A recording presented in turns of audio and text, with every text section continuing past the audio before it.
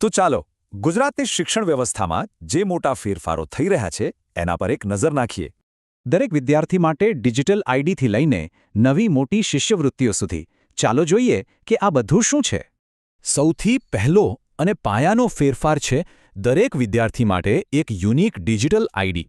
આને APRID કહેવામાં આવે છે, એટલે કે દરેક સ્ટુડન્ટ માટે એક ખાસ 12 અંકનો આઈડી. અને આની પાછળનો વિચાર એકદમ સીધો છે. એક રાષ્ટ્ર એક વિદ્યાર્થી આઈડી. આ આઈડી એક રીતે આજીવન શૈક્ષણિક પાસપોર્ટ જેવું છે, જેમાં બધું જ સેવ થશે.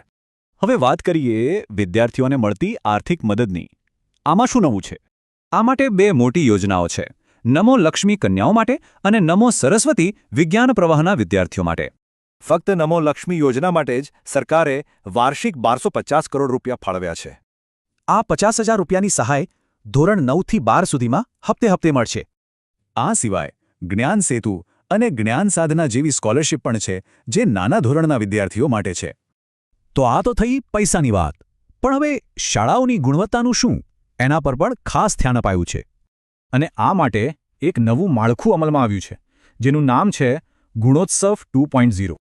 હવે આમાં રસપ્રદ વાત એ છે કે શાળાઓનું મૂલ્યાંકન કઈ રીતે થાય છે. અહીં સૌથી વધુ ભાર ભણતર અને સ્પર્ધાત્મક પરીક્ષાઓમાં વિદ્યાર્થીઓની ભાગીદારી પર મુકાયો છે. એટલે કે જે શાળાઓ A કે A+ ગ્રેડ મેળવે તે બીજી શાળાઓ માટે એક મોડેલ બનશે. આ આખી યોજના PM શ્રી મિશનનો જ એક ભાગ છે, જેનો હેતુ દેશભરની શાળાઓને સુધારવાનો છે. તો આ બધા ફેરફારોનો સાર શું છે? ચાલો ટૂંકમાં સમજીએ. મતલબ કે આખી સિસ્ટમ 3 પાયા પર ટકેલી છે: ડિજિટલ આઈડી, આર્થિક મદદ અને ગુણવત્તા. આ બધા પ્રયાસો શિક્ષણ માટે એક નવો પાયો નાખી રહ્યા છે. પણ હવે આગળનો પડકાર શું હશે?